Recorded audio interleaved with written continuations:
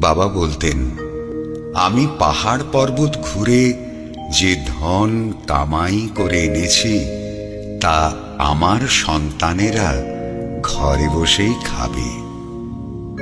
বাবার মহিমা অসীম। অগণিত আর্ত আতুর দিন দুঃখী লাভ করেছে বাবার কৃপা।